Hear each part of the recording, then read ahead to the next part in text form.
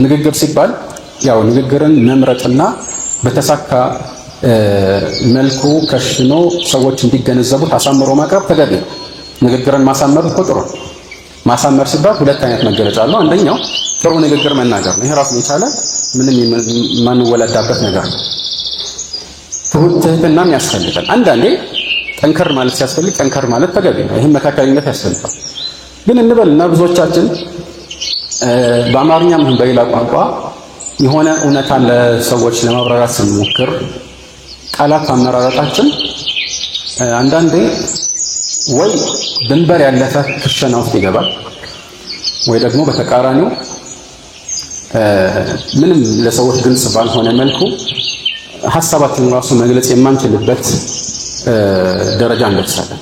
ተራ መንተባተባል።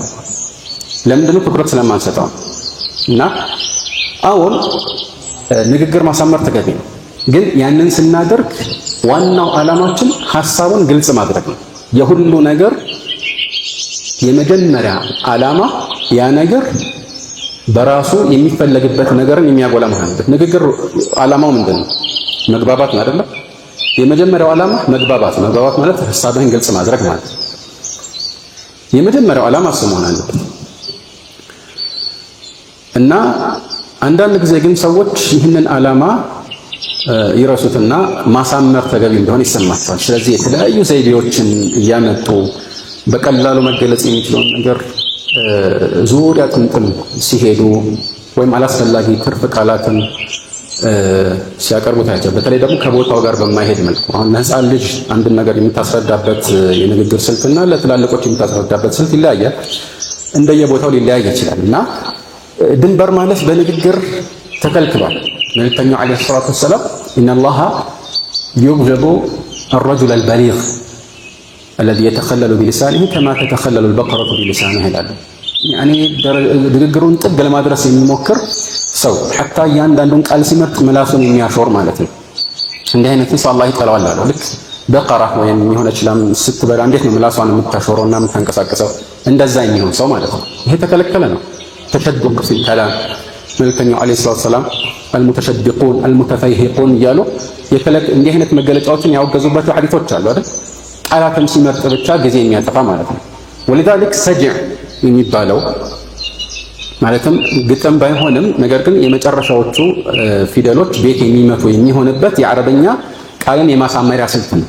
ይህን አስመልክቶ መልእክተኛው አንዳንድ ጊዜ ሰዎች በተከሉፍ ማለት በመፍጨርጨር እያሰቡ እየተጨነቁ የሚሰሩት መሆኑን ከተገነዘቡ ይቆጡ ነበር። አንዱ ሰውዬ በሆነ ክስተት ላይ የሆነ ነገር ብሏቸው መልእክተኛ هذا من اخوان الكهان አለ። እንዲህ የሚያደርጉት ያው በብዛት ኩሃኖች ናቸው፣ ጠንቋዮች ማለት ነው። ግልጽ ነው። የእነሱ መገለጫ ነው። እንደዚህ ንግግራቸውን ግጥም መሰል ለማድረግ ይሞክራሉ እና ይህ ተገቢ አይደለም። በቀላሉ ግን ሲሆን ችግር የለውም። ይሄ መሆኑን የሚያሳይ ማለት ያለ ተከልፍ እንደሆነ የሚያሳይ አንዱ ነገር ቃላትን ስትመርጥ ምናልባት ሰጅዕ መጨረሻ ላይ ቤት ሊመታልህም በተለይ በአረበኛ ዋናው ዓላማህ ግን ሐሳቡን ማስረጽ ስለሆነ የመጀመሪያውን ሐሳብህን አትደጋግም ማለት። አንዳንድ ጊዜ ሰዎች ቤት ለመምታት ብቻ ያመጡት ተጨማሪ ስለሆነ አዲስ ቁም ነገር ይዘው አልመጡም። ዋናው ዓላማቸው ቤት እንዲመታላቸው ብቻ ነው። ስለዚህ አዲስ ነገር አላመጣም ማለት ነው። ተፈላጊ ዋናው ዓላማው ይህንን ንግግር በዚህ መልኩ መከሸን ሆነ ማለት ነው። ይሄ ስህተት ነው። ስለዚህ በዚህ መልኩ ድንበር ያለፉ አካሄዶች ተከልክለዋል። በየትኛውም ቋንቋ ቢሆን ተገቢ አይደለም። ነገር ግን መግለጽ የሚገባንን እውነታ ከመግለጽ የሚያግደን ወይም ደግሞ በራሳችን እሳቤ ብቻ ባጭሩ ቶሎ ቀጥተን ለማለፍ ስንሞክር አንዳንዴ ማብራራት በሚገባበት ቦታ ሳናብራራ እናልፈዋለን። ይህ ከልጅነት ጀምሮ መልመድ የሚገባን ነገር ነው።